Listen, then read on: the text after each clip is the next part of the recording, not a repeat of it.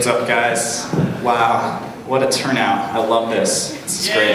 Yeah! Guys, I know I'm a selfish person. I figured this out over the years through one process, and that process is washing your hands when you go to the bathroom. See, I do washing hands a little differently. I wash my hands before I go pee, because I figured out my pee-pee is the thing I don't want to get dirty. I don't mind if I get my dick all over everything else. That's chill with me, but I'm a selfish man. I don't want to get everything else on my dick. Speaking of dicks, I've had a crazy summer. Lots of dicks. Yeah, this summer it was really boring. I was in my hometown all the time, and really all that I do in my hometown is just hang out with my best friends, and we just get really drunk on the weekends when we're not working. And it happens. Sometimes you black out and you don't remember why you woke up the way you did, what happened. And one time when I woke up, classic teenager drinking joke, I woke up with dicks on my face. And I was like, fuck, who did this? And I go downstairs, I'm scrubbing the dicks off my face, and I look up, and in the mirror I see the reflection of my friend Danny, and Danny's laughing. He's like, yeah, I had your dicks on your face. And I was like, fuck you, Danny. But then, next weekend, Danny blacks out. What happens when Danny blacks out? I drop my face on his dick. Power move. I went up to him. I put myself in a situation of power there. Danny's my little bitch now. You're welcome, Danny. Back to my summer. Who worked this summer? Who worked this summer? Everybody here worked this summer. Yeah. I didn't get my shit together this summer, so I didn't apply to any jobs until way too late. I very stupidly asked for an internship with one of my family friends. I was like, can I have an internship? And they're like, oh no. So I pretty much just got the easiest job available to me, like a job where I showed up.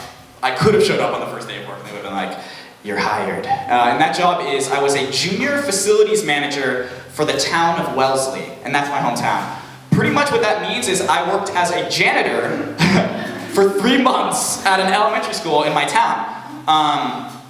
But it wasn't all that bad, because for the first month I kind of felt like a camp counselor, because there was a summer school happening at the elementary school that I cleaned at. And so I was kind of like the weird, crazy uncle to these kids, the counselors or the teachers at the summer school would be like, 1 + 1 is, and I'd be like, fuck you, you're vomiting everywhere. I wouldn't swear at kids, that's horrible. But because of the nature of my job, I inadvertently interacted with kids all the time. And there was this one, probably 4 or 5-year-old kid at this summer school who, for whatever reason, was just the fucking worst. And I'd be working and he'd just find me no matter where I was in the school and be like, you're a noob! I'd be like, and I would hurt myself not to respond to him. And he'd go, no, you're a noob! And I'd be like, why are you doing this? You're a noob! And I'd be like, and then I felt so angry towards this little child that I was like, no, I'm not! I'm not a noob! But he was incessant. He would just keep yelling, you're a noob! And if you've ever tried to have an argument with a 4 or 5-year-old, you cannot win. It's impossible because they're too fucking stupid. It's like, they don't understand your side of the argument, so it's impossible for them to lose in their mind. So they'll just keep calling you noob, and you are essentially a noob. Except folks. Little kids don't know how to tie their shoes. And so in that situation where the kid's like, you're a noob, can you tie my shoes? I got all of the power in that situation. That was like when I drew a dick on my friend's, a face on my friend's dick. I got all the power in that situation, and I was like, no, I won't tie your shoes. You're a noob. But yeah, I just think it's really funny, the idea of if you can't tie your shoes, you're pretty much at a humongous disadvantage in any argument. you can imagine like O.J. Simpson's trial. Whoever wasn't the Kardashian guy was like, so obviously O.J. Simpson fucking killed him. Like, that's pretty obvious, right, guys? But could you guys tie my shoes? And then he's like, he's innocent. Fuck that up.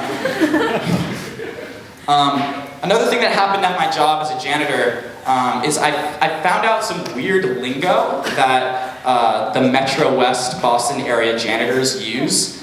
The first one that I started sneaking up on me is, I'm just busting your balls. And the first time he said that, I was like, no, you're not.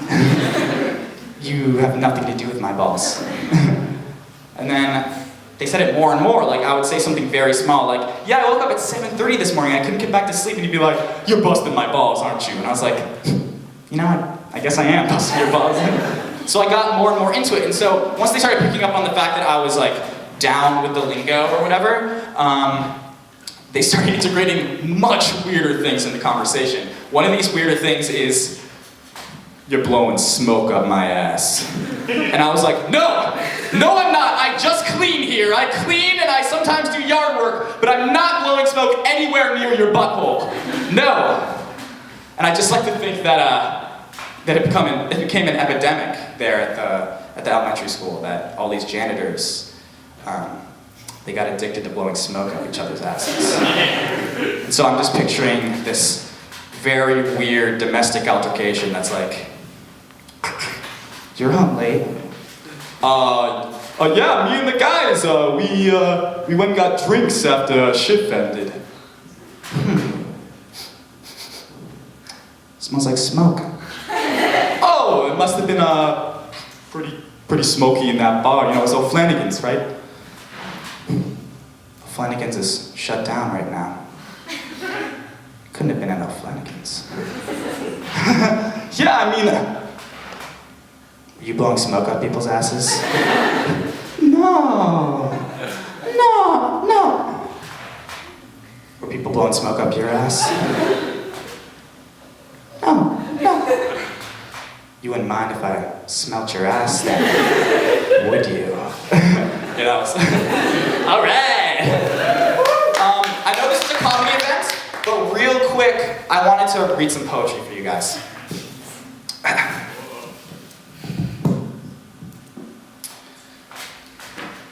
This is a poem called Autumn.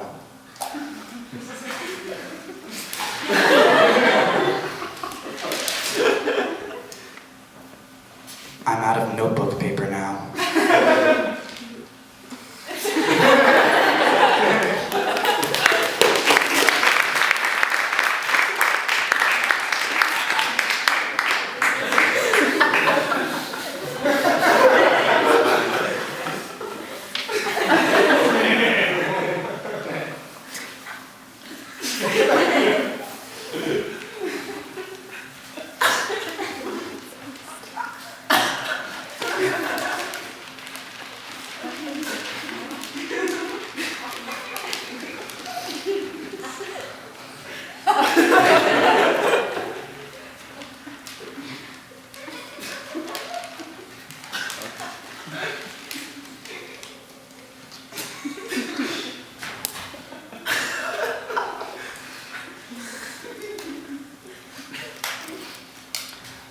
That was an impression I like to call patient man. Thank you, that's all I've got.